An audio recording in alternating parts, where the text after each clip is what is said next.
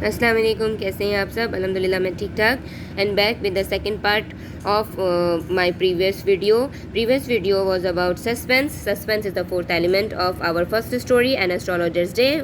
And who is the author of this story?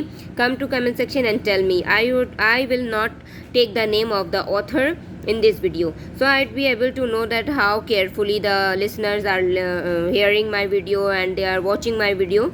So that this is a kind of small test. Okay, so let's start our second part. So there obviously was something in his past that had broken this ancestral cycle and forced him to leave all of a sudden.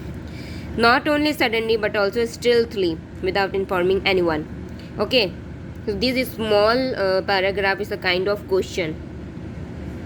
Okay, so it is questioning to that protagonist of our story why he has taken such decision, why he has left his house without even informing anyone, and why he is going to continue his his unknown business, astrology. Okay, and he has what was the thing that has forced him to break out his ancestral cycle. Okay, तो यहाँ पे ऐसा कुछ तो ज़रूर था उसकी ज़िंदगी में जिसने ये सब कुछ किया, जिसकी वजह से उसके एंसेस्ट्रल साइकिल जो थी वो ख़त्म हो गई. ओके, उसने उस बात ने उसे फोर्स किया कि वो घर छोड़ दे अचानक और चोरी छुपके से वो घर से निकले. ये लाइन है, not only suddenly but also stealthily मतलब चोरी छुपके से, विदाउट इन्फॉर्मिंग एनीवन, किसी को बगैर बताए.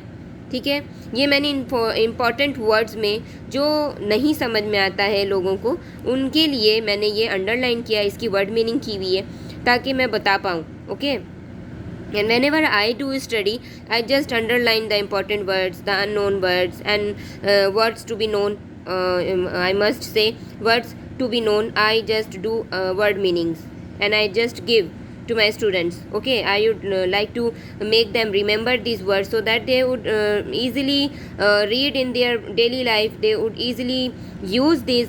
That will also help them to improve their language. They would be able to speak English very easily, and they would be able to give answer in the bookish language in their answer sheet. That is the key to learn and to give the answer in the bookish language. Okay, at this point in the story we may gloss over this past.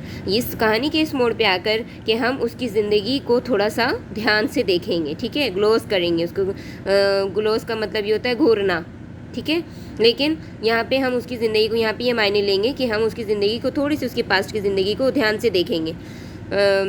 So taken in are we with the business of astrology, जब हम इस काम को अपने साथ ले लेते हैं और एस्ट्रोलॉजी की बिज़नेस को, और हम ये देख रहे होते हैं, हम ये समझने की कोशिश कर रहे होते हैं कि हमारा and how our protagonist goes about it, कि किस तरीके से वो इस काम के साथ चलता है. ठीक है, but we would obviously want to know these details before the story ends, और हम ज़ाहिरी तौर पर बिल्कुल ही हम इस चीज़ को जानने की कोशिश करेंगे, इस तफसील को, इन सारी तफसीलात को, इससे पहले कि कहानी ख़त्म हो जाए.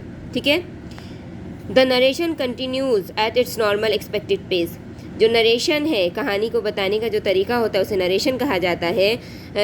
वो जारी और सारी है अपने नॉर्मल, अपने सोची समझी रफ्तार के साथ. ठीक है, पेस को रफ्तार कहते हैं. One night just as our protagonist gets ready to call it a day and picks up his cowrie shells and paraphernalia to put them back into his bag, he looks up and sees a man standing before him.